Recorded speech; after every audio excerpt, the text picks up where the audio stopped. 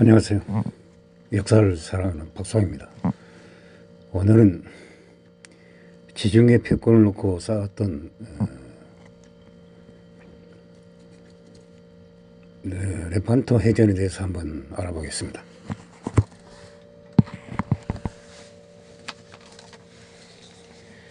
16세기 최대 규모의 해전입니다. 오스만 투르크 제국이 세력을 팽창하였습니다. 지중해를 놓고 유럽 세력과 충돌하게 되었습니다. 레판토 해전에서 그리스도교 병력들은 화성적으로 무장하였으며 많은 투르크인들이 이에 쓰러졌다고 합니다. 이 전투를 통해 그리스도교들은 투르크의 지중해 위협을 제거하는 데 성공하였습니다. 유럽 열강들의 신세계 정복 경쟁 가운데 스페인이 대도하게 되었습니다. 오스만 투르크가 서쪽으로 세력을 빡치면서 유럽과의 갈등이 시작하였습니다. 투르크의 키프로스 공격에 맞서 유럽의 대양 전선이 구축되었습니다. 투르크 함대에 맞선 집정은 함대가 결성되고 있었습니다. 그리스도교의 투르크 대규모 함대가 레판토에 집결하였습니다. 고대 해전에서 사용된 전함과 차이가 없는 갤리선이 사용되었습니다. 갤리선은 노를 주로 저어서 가는 배입니다. 그리스도교 측이 대포, 화성총 등 기술적으로 우위를 점하였다고 합니다. 그리스도교 활약의 우위를 통해 조언과 우익에서도 힘겹게 이겼습니다. 투르크 측의 막대한 손실을 입었습니다. 투르크의 지중해 위협이 잠시 제거되었으나 곧 새로운 투르크 함대가 건설되었다고 합니다. 화력으로 승부가 결정한 최초의 해전으로 기록되고 있습니다.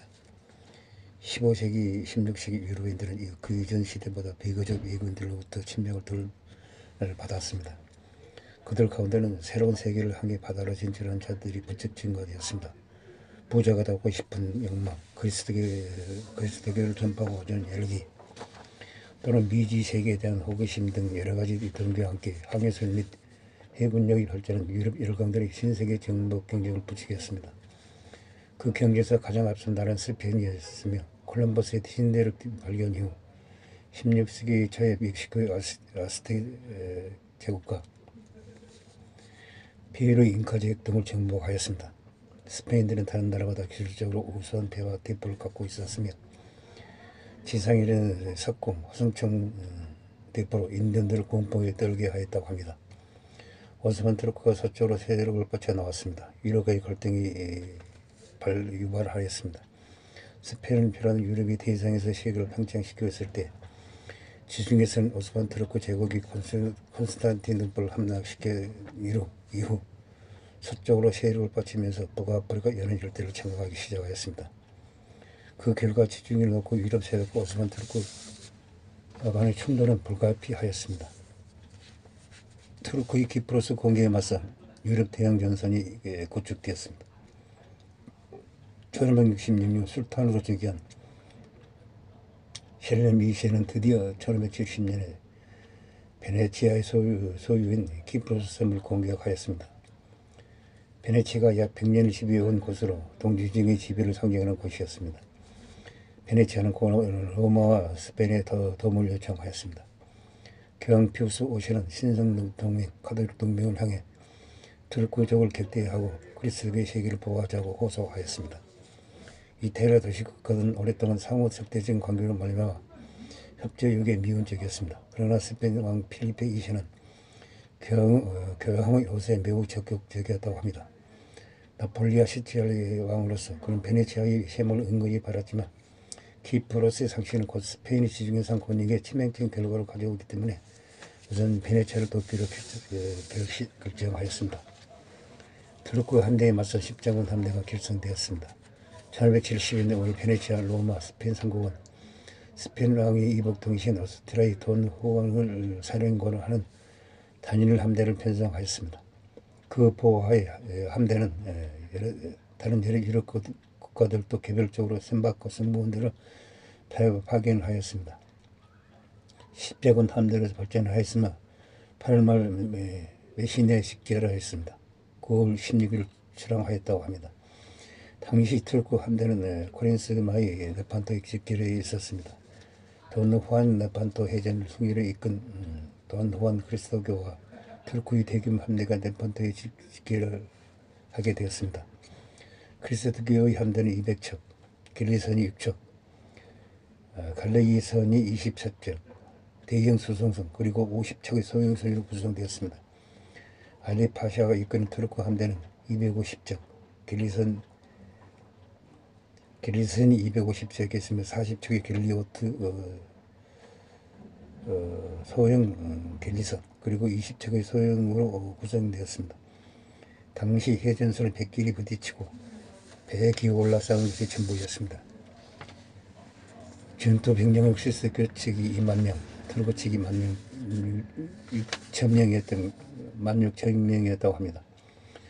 노를 저고 항해하는 데 투입된 선원들은 이보다 훨씬 많아 각각 64,000명과 7만 명이었습니다. 레판토 해전 고대 해전에서 사용된 전함과 차이가 없는 길리선이 사용되었습니다.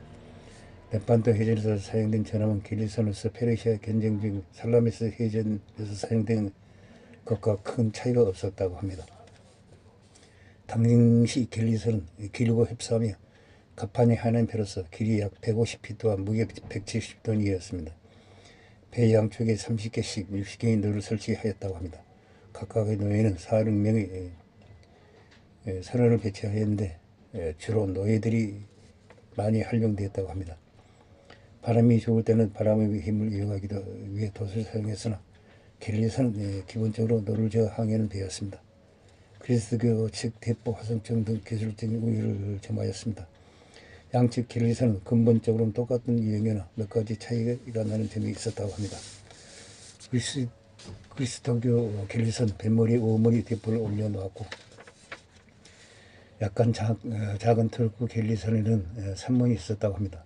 그리고 그리스도교 함대만 보유한 갈레이선은 각각 약 30문의 대포를 설치하였습니다. 갈레아스선은 길리선보다 2배의 크기로서 느리기는 하지만 맞는 병력을 싣고 맞는 포를 운반하였다고 합니다. 그러나 이런 포들은 작은 포들로서 배를 격대시키기보다는 사람을 죽이는 데 사용되었습니다. 그리스도교의 전투 병력은 화성총으로 무장한 데다가 트루크 병사들은 주로 활을 사용하였다고 합니다. 우리나라의 임진왜란 때하고 거의 비슷합니다. 일본은 총으로 무장하였지만 우리는 활로 대항하였으니까 같은 비슷한 전투를 하였다고 생각됩니다. 이와 같이 그리스도교 측이 기술적으로 우위를 차지하고 있었습니다. 그리스도교의 난전 끝에 자에게서 완벽한 승리를 거두어 버렸습니다. 10월 7일 아침 양측 함대는 레판토 서쪽 40km 떨어진 곳에서 서로 공격 준비를 갖추었습니다. 양측은 8km 전선에 벌써 대치하였다고 합니다. 오전 교전을 벌려 정오경에 주력 부대가 완전한 교전 상태에 들어갔습니다.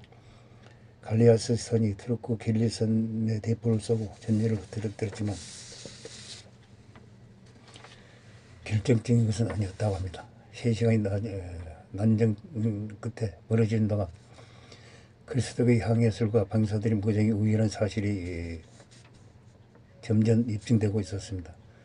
트루크 측이 표시를 보기 시작하였습니다. 그들 길리선에서 노를 젓던 그리스도교 노예들이 반란을 일으켜 트루크와의 싸움에 가세하였다고 합니다.